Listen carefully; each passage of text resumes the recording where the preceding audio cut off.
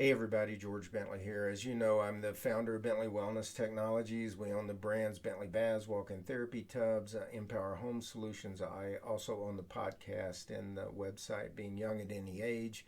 And you know, I'm committed to helping us as human beings and specifically as Americans to explore ways and technologies and thought processes where we can live healthy, vibrant lives for our entirety. And I think that we're going to live much longer lives.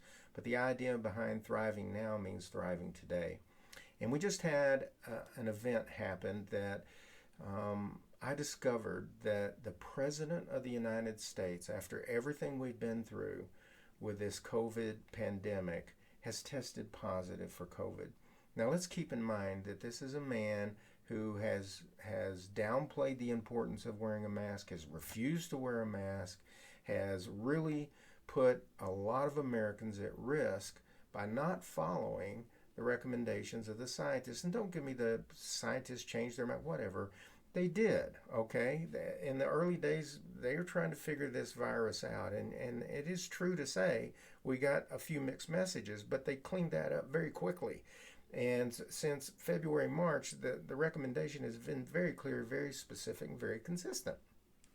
And what I want to talk to you today is about this concept that came to my mind when I heard the president had COVID.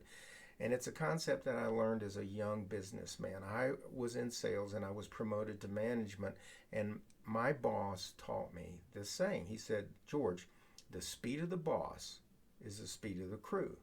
Now, what he was trying to suggest to me was that I needed to lead. I needed to lead by positive example. And if I was lazy and not working hard, well, you couldn't say that there was any reason for my crews to not be lazy and not so focused either, right?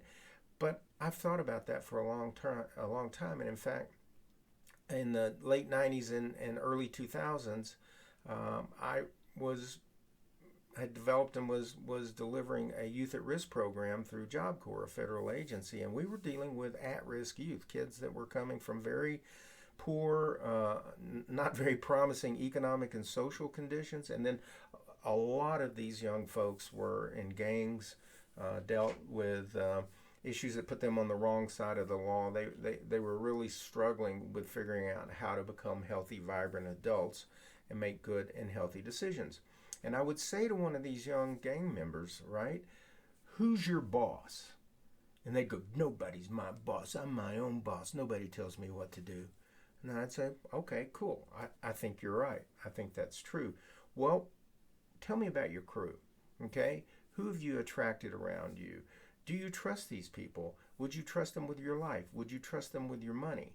Because the kind of person you are and the decisions that you make are going to attract similar folks around you, like-minded people.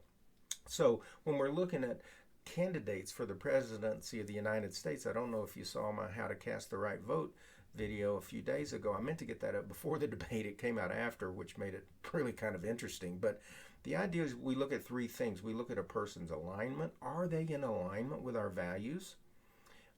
Because if they're not, they're going to create conflict. And it doesn't have, I'm not talking about every issue, every value. It's impossible for one political candidate to address everyone's issues. You know, it just isn't going to happen.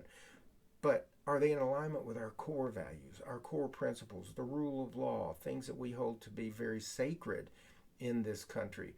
And then what kind of boss are they? You know, who do they attract around them? Are they just attracting cronies and investors?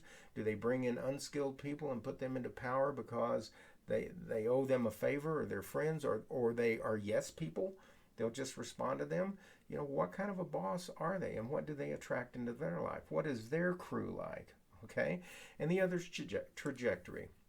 Trajectory is basically the concept that a body in motion has a course that it's followed, and a body in motion has a tendency to follow that same course, which means that I can look at a political candidate and I can have, with some sense of confidence, a belief that I can predict their future behavior by looking at how they've behaved in the past. So, speed of the boss is the speed of the crew. The President of the United States, the leader of the free world, has made decisions that has led him to the point of becoming infected with the COVID virus. This puts everyone in the country at risk.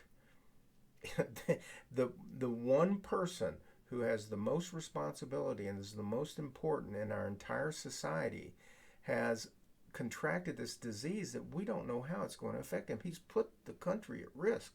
Now, I'm not saying he did it intentionally, but I am saying he was pretty negligent.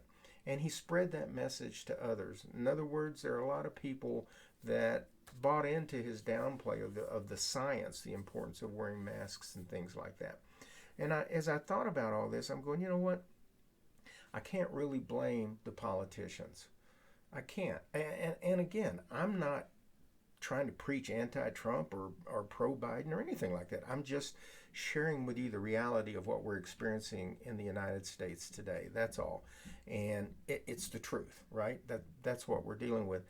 But as I'm thinking about this, I'm going, these bosses, right, whether it's candidate Biden or whether it's President Trump, we're the bosses. We're the ones who put them into power. The speed of the boss is the speed of the crew. Professional politicians, elected officials, are our crew. We're the ones that hired them. We're the ones that empowered them through our vote. Are you following me on this? So all of a sudden this saying took on a whole new meaning to me. And that is, as an individual voter, I have got to be activated. I have got to be engaged. I am forced to look at a 4-year window. That's me, right? I'm trying to say, okay, what's the best vote I can cast right now to help us get this country back on its feet again? Who do I believe will help us do that? And I'm looking at a 4-year window, and I'm praying, and I'm hoping, and I'm going to be active. You'll have to put up with me for quite a while. But during these 4 years, hopefully who we elect will get us back on our feet again and help us get going. But within that 4 years, I'm challenging you right now to be focused and clear on engaging new politicians, young blood, people that bring a new energy to Washington and our local government, whether it's your HOA board of directors, whatever. We need to be finding people that are committed, engaged, they're in alignment with our values and principles. They understand that we are a diverse country with a lot of different people, so we can't be divisive and we can't be exclusive. We need to learn how to reach compromise and bring people to the middle and have peaceful governance. Okay? So I'm telling you, we need to get out there and vote, and the speed of the boss is the speed of the crew.